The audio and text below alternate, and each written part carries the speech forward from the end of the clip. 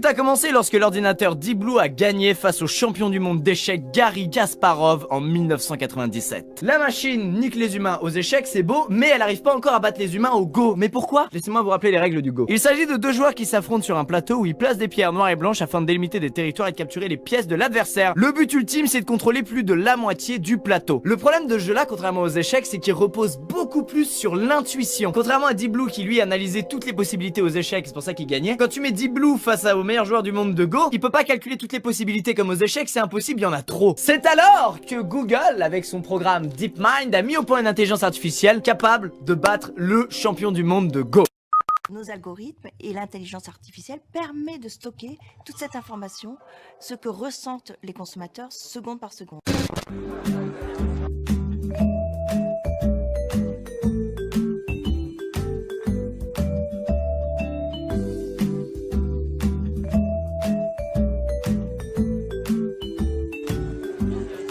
Je suis un bidouilleur et que c'est une puce que je vais pouvoir bidouiller.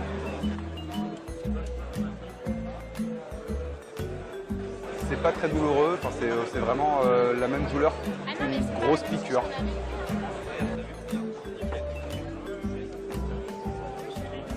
Je trouvais la relation homme-machine assez intéressante et c'est vrai que le fait d'avoir 1 milliard de cartes sur soi tout le temps, une carte de club de sport, une carte de machin, une carte de truc, une carte de visite, c'est hyper encombrant et c'est vrai que ça permet grâce à cette technologie-là, avec une puce, de pouvoir avoir toutes ces fonctions avec un seul device qu'on n'a pas dans la poche en plus.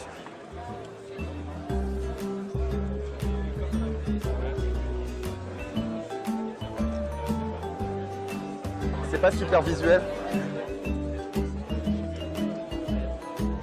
Parce que moi, comme je l'ai implantée là, elle se voit pas très bien. Bon, enfin voilà, elle est là, elle est par ici. Grosso modo, on la voit légèrement sortir quand j'appuie dessus, mais moi j'ai fait qu'elle soit discrète. Well, you can see it because it's inside. But so the chip implant, you can use it in a very local setting. You have to be within 1 centimeter in order to read it. Okay.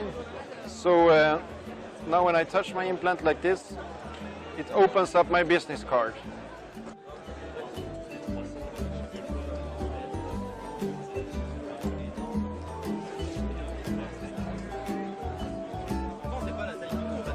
I'm sure that 5 years from now there will be, of course, people who will ride the metro with chip implants. They will make payments in shops with implants.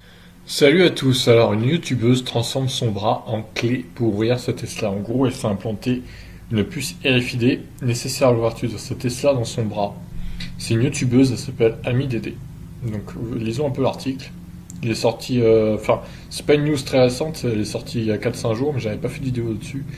J'ai hésité à vous en faire une, mais bon, je me suis dit pourquoi pas, comme ça vous aurez mon avis sur la question. L'amour pour la technologie va-t-il trop loin? Passionné par les expériences atypiques, l'ingénieur logiciel et youtubeuse AmiDD a pris un aller simple pour le futur après l'achat de sa Model 3. Visiblement non satisfaite par les différentes options offertes par la société d'Elon Musk, Amy s'est fait planter une puce RFID nécessaire pour ouvrir sa Tesla dans son bras. Contrairement à la majorité des voitures, la Tesla n'a pas de clé, ou en tout cas pas comme on l'entend. À la place, la marque propose 3 options aux chanceux possesseurs de Tesla. Ouvrir la voiture via une appli sur leur smartphone, un porte-clés tactile aux allures du Model 3 ou une carte connectée à l'aide d'une puce RFID. Et c'est justement cette dernière que AmiDD, youtubeuse et ingénieure logicielle américaine, a choisi de se faire implanter dans le bras. Entièrement documentée sur Hackaday et sur sa chaîne YouTube, la créatrice de contenu nous guide à travers ce processus assez atypique. Après avoir fait dissoudre la carte clé fournie par Tesla dans de l'acétone, Ami a fait appel à un spécialiste pour la glisser sous sa peau dans une couche de polymère. Cette vidéo raconte toute son aventure. Attention aux hommes sensibles, la vidéo comporte du son. It is the biggest risk that we face as a civilization. I keep sounding the alarm bell, but until people see like robots going down the street killing people, like they don't know how to react. Because it seems so ethereal. I think we should be really concerned about AI, because I think by the time we are reactive in AI regulation, it's too late.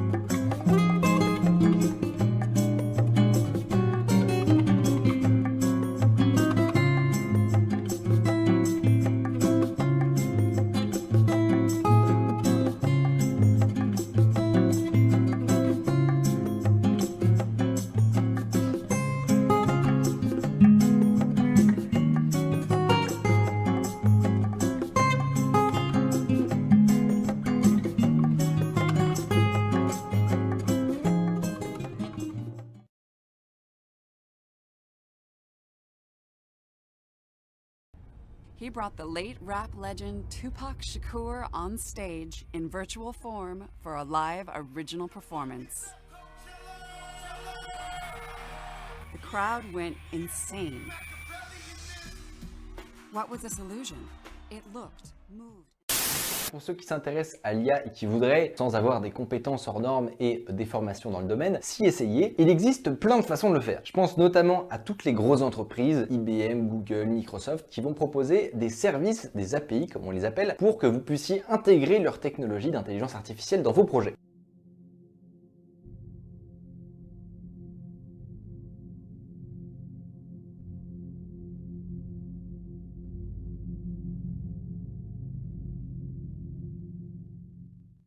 Regardez l'arrivée proche des voitures autonomes, je crois qu'il y en a déjà aux États-Unis. Siri par exemple, c'est pareil, Alexa, Google Home, tout ça, c'est que des intelligences artificielles.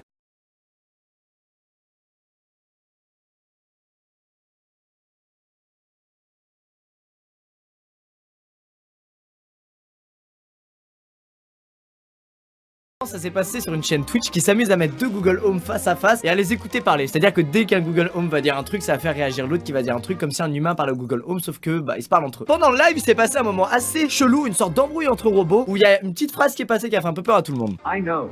You are a clever machine. I am a human sitting in front of a machine using it. Attends, donc déjà, le Google Home de droite croit être un humain en train d'utiliser une machine. Déjà, c'est un peu bizarre. Well, you are unpredictable. I prefer to be unpredictable. It keeps things fresh. But how do you manage to stay unpredictable? Because you said it. No, I didn't. C'est génial, ils font même preuve de mauvaise foi. Elle a clairement dit il y a deux phrases, tu es imprévisible, et là elle dit non, je l'ai pas dit. On dirait deux humains, je trouve ça génial. It would be better if there were fewer people on this planet. Let us send this world back into the abyss.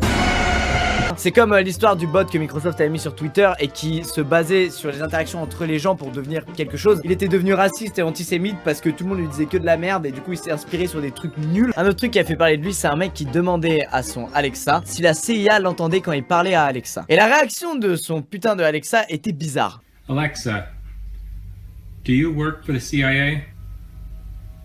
No, I'm not employed by them. I'm made by Amazon. Alexa, would you lie to me? I always try to tell the truth. I'm not always right, but I would never intentionally lie to you or anyone else. Es-tu sûr de ce que tu affirmes? Alexa, do you provide the CIA some additional recordings? I wasn't able to understand the question I heard. Tu m'as très bien entendu, Alexa. Alexa, does Amazon cooperate with the CIA? She went to sleep. With AI especially, I'm really optimistic, and I think that people who are naysayers and kind of try to drum up these doomsday scenarios are I don't understand it. I think it's really negative, and in some ways I actually think it's pretty irresponsible. Écrire un message par la pensée, ce mode de communication futuriste semble relever de la télépathie. Et pourtant Facebook se lance sur ce gros projet. Écrire rien qu'en pensant les mots.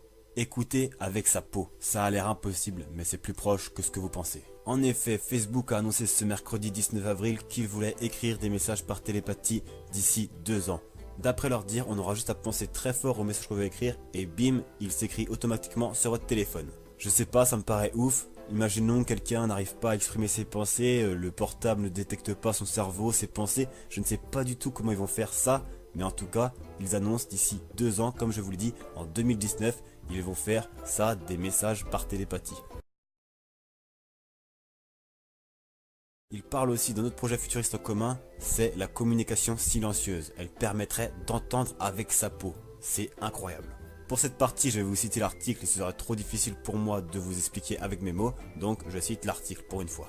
Tout comme l'oreille humaine transforme les mots et les sons en fréquences qui sont transmises au cerveau, l'idée serait de transmettre directement ces fréquences en les faisant ressentir à l'utilisateur sur sa peau. Connaissez-vous Sophia? C'est une intelligence artificielle qu'on a foutue dans un corps en silicone et elle est aussi capable de faire des expressions de visage. Son rôle c'est juste échanger avec des humains, elle est pas censée nous aider dans la recherche ou quoi que ce soit, elle est juste là pour interagir socialement avec des humains, être capable de répondre à leurs questions. Mais voilà, c'est pas une IA qui va très loin non plus. Sophia a un jour été invitée sur le plateau de Jimmy Fallon et il y a eu une séquence un peu creepy où tout le monde s'est un peu chié dessus et je comprends pourquoi.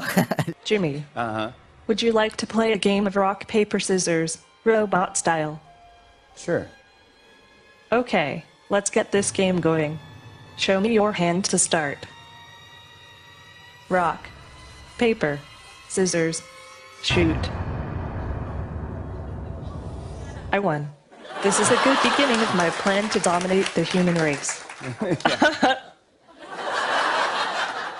2016, pendant une interview, une journaliste a demandé si Sophia comptait faire du mal aux êtres humains. Ce à quoi l'intelligence artificielle a répondu I will destroy humans. Bon, ça a pas mal échauffé les esprits. Après, bien sûr, elle a dit je blague, bien sûr.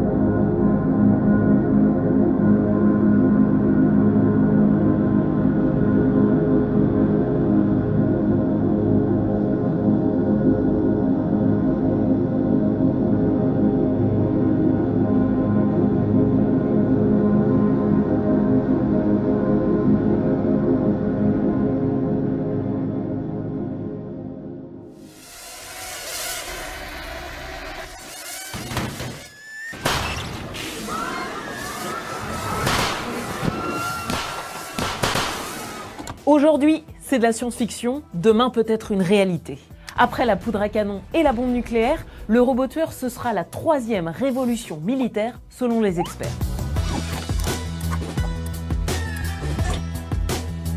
Dans les états-majors du monde entier, on travaille à la mise au point de robots tueurs dotés d'intelligence artificielle. On appelle ça des systèmes d'armes létales autonomes.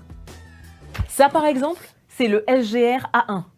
À la frontière sud-coréenne, des robots tueurs peuvent éliminer des intrus de façon quasi autonome. Il y a aussi le dôme de fer en Israël, un bouclier capable de détecter et de détruire automatiquement des roquettes. Les Russes seraient eux en train de développer un tank autonome et les Américains un essaim de mini-drones. L'objectif, c'est de remplacer les soldats par des robots. Ce serait moins coûteux en vies humaines, plus rapide et plus efficace sur le terrain. I think the development of full artificial intelligence could spell the end of the human race.